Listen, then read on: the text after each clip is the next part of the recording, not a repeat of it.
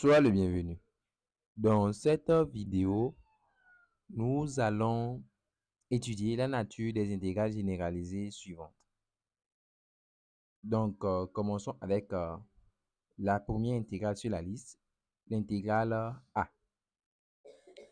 C'est une intégrale, comme vous le voyez, généralisée à la fois en 1 et en plus infini. Parce que cette fonction-là, elle est continue sur l'intervalle 1 ouvert à plus infini ouvert. Elle n'est pas définie en 1 ni en plus à l'infini. Donc, nous allons étudier le problème tout d'abord en 1. Donc, étudions le problème en 1. Je vous fais remarquer que la fonction que nous avons à étudier, c'est une fonction positive. Donc, vous voyez, avant d'utiliser les théorèmes de comparaison, je m'assure que ma fonction est de signe constant. Donc, je vois bien que c'est une fonction qui est positive. Et donc, je pourrais chercher, par exemple, à trouver un équivalent en 1. Donc, f de x est équivalent en 1 à quoi? Quand on prend 2x plus 1, on remplace x par 1, ça fait 2 plus 1, ça fait 3 au numérateur. Au dénominateur, au niveau de x saison 4 plus 1, je remplace x par 1, ça fait 2. Donc, racine carrée de 2 fois la racine carrée de x moins 1, que je peux écrire comme 3 sur racine carrée de 2 fois 1 divisé par x moins 1 puissance demi. En fait, un simple changement de variable permettrait de se ramener à une intégrale de Riemann en 0, en fait. Parce que comme vous avez l'intégrale, donc je voulais étudier le problème en 1, ok? Donc, je vais introduire entre 1 plus infini valeur, par exemple 2. On va dire que l'intégrale de 1 à 2, donc de 1 sur x moins 1 puissance demi, en fait, c'est égal. En faisant ce changement de variable, vous allez faire un petit changement de variable. Donc, faire le changement de variable, par exemple, t égale à x moins 1. On fait le changement t égale à x moins 1 pour avoir, donc pour x égale à 1, t égale à 0 et pour x égale à 2, t égale à 1. Donc, l'intégrale dx et dt sont les mêmes. Donc, vous mettez alors 1 sur quoi? T puissance demi. Dt, vous voyez que c'est une intégrale de Riemann. C'est ça que j'essaie de vous faire comprendre. Donc, c'est une intégrale de Riemann en quoi? En 0. L'exposant alpha, c'est demi. Ici, c'est plus petit que 1. Donc, on va dire que cette intégrale converge tout simplement. Est-ce que vous voyez?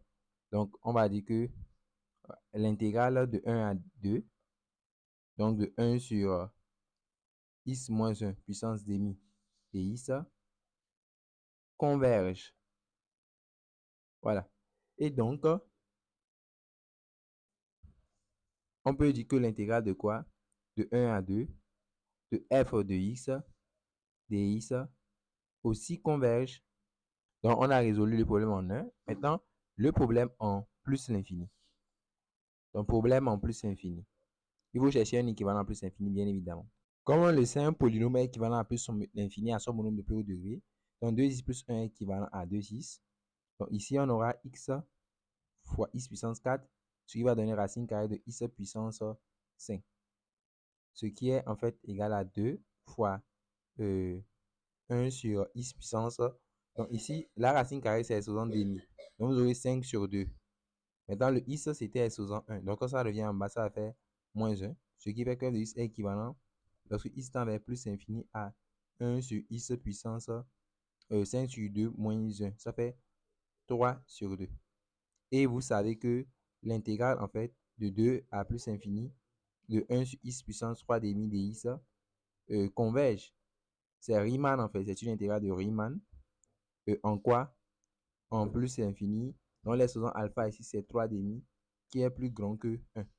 Est-ce que vous voyez? Donc, on pourra dire par équivalence que, alors, l'intégrale de 2 à plus infini de f de x dx aussi converge. Que peut-on donc dire en conclusion? En conclusion, on voit que les deux intégrales convergent, n'est-ce pas? Donc, l'intégrale à étudier lui-même converge. Maintenant, prenons cette intégrale généralisée qui lui aussi présente deux problèmes. En 1 parce que la racine de 1 moins x n'existe pas en 1. En 0 parce que ln de 0 n'existe pas. Donc, il y a encore deux problèmes. On va introduire entre 0 et une valeur intermédiaire, comme par exemple demi. Il faut aussi remarquer que cette fonction-là, elle est négative, parce que la racine carrée de 1 moins x est positive, alors que lorsque x est inférieur à 1, ln de x est négatif. Vous voyez? Donc, on va étudier le problème en 0. Donc, nous pouvons rapidement donner un équivalent de f de x lorsque x tend vers 0. Donc, ça sera égal à ln de x sur la racine carrée de 1 moins 0 en quelque sorte, quoi, qui fait 1. Donc, ça sera en fait égal à ln de x. Et nous pouvons donner un petit taux de f de x, de ln de x. On sait que ln de x est un petit taux de 1 sur i puissance n'importe quel alpha. Lorsque x tend vers 0, alpha doit être positif. Mais comme je veux utiliser une intégrale de Riemann en 0, j'ai intérêt à prendre un alpha qui est plus petit que 1 afin de pouvoir conclure. Ouais, voyez-vous? Donc, je vais choisir alpha, par exemple, égal à demi, 1 tiers, bon, en tout cas, quelque chose comme ça. Si je prends alpha égal à demi, par exemple, dans ce cas, je vais dire que l'intégrale, donc, l'intégrale de 0 à, donc, entre 0 et 1, j'ai introduit une valeur. Par exemple, si j'ai introduit 1 sur 3, je peux dire que l'intégrale de 0 à 1 sur 3 de 1 sur x puissance demi dx converge comme étant une intégrale de Riemann hein, en 0 d'exposant plus petit que 1. Voilà. Donc, on peut dire que l'intégrale de quoi? De 0 à 1 sur 3 de f de x dx converge également. Donc, le problème en 0 est résolu. Maintenant, il faut résoudre le problème en quoi? En 1. Donc, problème en 1. Au niveau du problème en 1, nous cherchons aussi un équivalent. Donc, nous dirons que f de x est équivalent lorsque x tend vers 1 à quoi? D'abord, un équivalent de ln de x en 1. ln de x est équivalent en 1 à x moins 1. Il faut vous rappeler des limites remarquables. Hein. En fait, nous savons que la limite de ln de x sur x moins 1, lorsque x tend vers 1, c'est 1, quoi. Est-ce que vous voyez? C'est pour cela que nous disons que l'équivalent de ln de x, c'est x moins 1. Donc, en bas, on laisse tranquillement la racine carrée de x moins 1 qui y avait. Mais racine de 1 moins x. Voilà. Et là, vous simplifiez. Donc, on va dire que c'est équivalent lorsque x tend vers 1 à quoi? Donc, moins. Vous allez transformer ça là en... Vous mettez le 6 moins en facteur. Ça sera 1 moins x sur la racine de 1 moins x. Est-ce que vous voyez? C'est-à-dire moins 1 moins x puissance 1 sur 1 moins x puissance demi. Donc, on va faire ramener le... Donc, tout ça là en bas. Ça sera au final combien? Donc, vous faites demi moins 1. Ça donne moins demi. Bon, et là, vous pouvez toujours ramener à une intégrale de Riemann hein, en 0. Est-ce que vous voyez? Vous pouvez vous ramener à Riemann en 0 en faisant le changement t égale à 1 moins x. Et les faisant alpha, c'est moins demi et c'est plus petit que quoi? C'est plus petit que 1. Donc, vous voyez ça? Avec ça, vous pouvez dire que l'intégrale converge alors. Donc, l'intégrale de 1 sur 1 moins x puissance moins demi dx. Voilà, donc on est au niveau du problème en 1. Donc, je continue 1 tiers en 1. Donc, cette intégrale-là, on voit que c'est une intégrale qui converge. Voilà. Donc, comme les deux intégrales convergent, on peut conclure que l'intégrale de f aussi converge entre, il me semble, entre 0 et 1. Prenons maintenant la prochaine intégrale généralisée, celle-ci. Vous voyez clairement qu'il n'y a pas de problème en 1 parce que c'est bien défini en 1. Le seul problème ici, c'est plus à l'infini. Et notre fonction sur l'intervalle 1 à plus infini, elle est positive, donc un signe constant. Je propose donc qu'on cherche un équivalent en plus l'infini. Maintenant, je vous fais une remarque, c'est que vous voyez que lorsque x tend vers plus infini, que la limite lorsque x tend vers plus infini de x lui-même, c'est plus l'infini. Alors que la limite de l'exponentielle de moins x, lorsque x tend vers plus infini, c'est combien? C'est 0. C'est au vu de ceci en fait. Vous voyez les deux là. Il y a l'un qui tend vers l'infini et l'un qui tend vers 0.